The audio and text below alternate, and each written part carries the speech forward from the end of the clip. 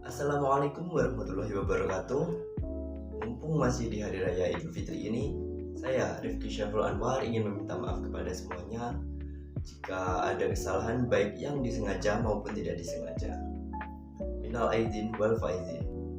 Ngomong-ngomong soal lebaran, pasti kalian sudah tidak asing lagi dengan istilah uang THR kan? Nah, tapi kalian tahu gak sih siapa sebenarnya gambar orang di balik uang Rp5.000 itu? Tahu nggak? Tahu nggak?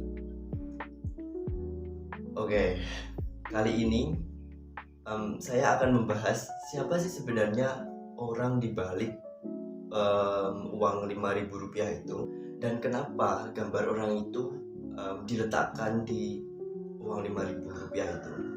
Jadi, gambar orang yang terletak di uang 5.000 itu adalah Tuanku Imam Bonjol. Beliau merupakan pemimpin perang dan ulama di Minangkabau yang terkenal karena perjuangannya. Tuanku Imam Bonjol lahir di Bonjol, Lubak Agam Pagaruyung pada 1 Januari 1772 dengan nama Muhammad Syahab. Beliau selanjutnya dikenal oleh masyarakat setempat dengan nama Syekh Muhammad Said Bonjol atau Inyit Bonjol. Muhammad Syahab adalah seorang ulama, pejuang, dan juga tokoh yang dituakan oleh masyarakat setempat. Beliau menjadi tempat untuk meminta nasihat, untuk meminta petunjuk, dan mengadu segala hal baik yang berkenaan dengan masalah keagamaan atau maupun keduniaan. Ya, bisa dibilang beliau orang yang penting lah kalau di sini. Nah, sekarang jadi tahu kan siapa sebenarnya orang yang dibalik uang Rp5.000 itu.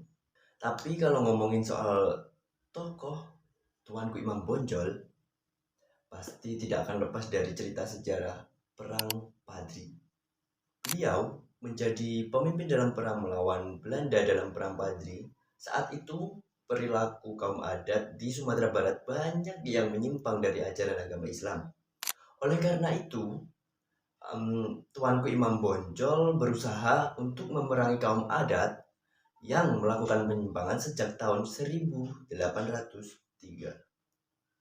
Namun, pada tahun 1821, kaum adat meminta bantuan kepada Belanda.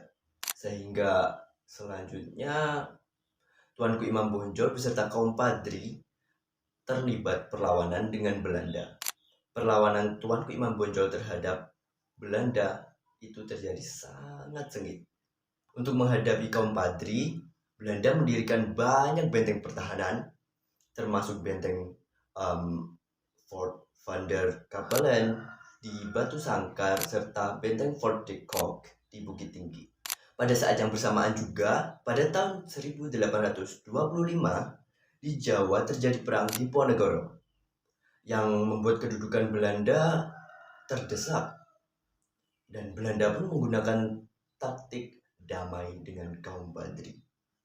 Tentara Belanda mengajak Tuanku Imam Bonjol untuk membuat perjanjian bahwa kedua belah pihak tidak akan saling menyakiti atau menyerang. Setelah kesepakatan itu tercapai, Belanda menarik pasukannya dari Sumatera Barat untuk menghadapi perang Diponegoro yang ada di Jawa. Namun, ketika perang Diponegoro berakhir pada tahun 1830, Belanda kembali menyerang Sumatera Barat. Pada saat inilah kaum adat menyadari bahwa tujuan Belanda sebenarnya itu hanya ingin menguasai daerah Sumatera Barat. Dan kemudian setelah kaum adat menyadari bahwa pasukan Belanda hanya ingin menguasai daerah mereka, kaum adat pun bersatu dengan kaum Padri untuk menghadapi Belanda. Namun karena kalah kuat dengan Belanda, pada tahun 1837, benteng Bonjol jatuh ke tangan Belanda. Disinilah akhir dari perjuangan Tuanku Imam Bonjol. Pasukan Tuanku Imam Bonjol akhirnya menyerah pada tanggal 25 Oktober 1837, usai menghadapi pasukan Belanda yang jumlahnya lebih banyak dan dengan persenjataan yang lebih lengkap. Kemudian setelah beliau ditangkap, Tuanku Imam Bonjol diasingkan ke Cianjur. Tak lama di Cianjur, ia kemudian dipindahkan ke Ambon pada tahun 1839. 2 tahun di Ambon, Tuanku Imam Bonjol dipindahkan lagi ke Lota, Minahasa, di dekat Manado. Di pengasingan Lota, Tuanku Imam Bonjol meninggal dunia pada tanggal 8 November 1864. Kemudian ia dimakamkan di tempat pengasingannya tersebut. Perjuangan yang dilakukan oleh Tuanku Imam Bonjol menunjukkan jiwa kepahlawanan dalam menentang penjajahan dan membela tanah airnya.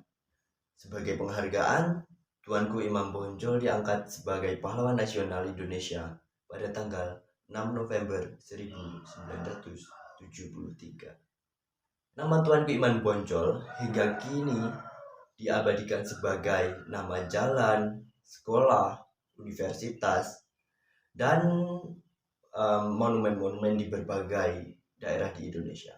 Bahkan wajah Tuanku Imam Bonjol juga ditampilkan pada lembaran uang Rp5.000 keluaran Bank Indonesia pada tahun emisi 2001. Nah, jadi seperti itulah cerita mengenai tokoh yang ada di balik uang Rp5.000 ini. Mungkin cukup segitu saja ya untuk ceritanya ini. Saya mau lanjut silaturahmi. Minal aidin wal faizin. Assalamualaikum warahmatullahi wabarakatuh.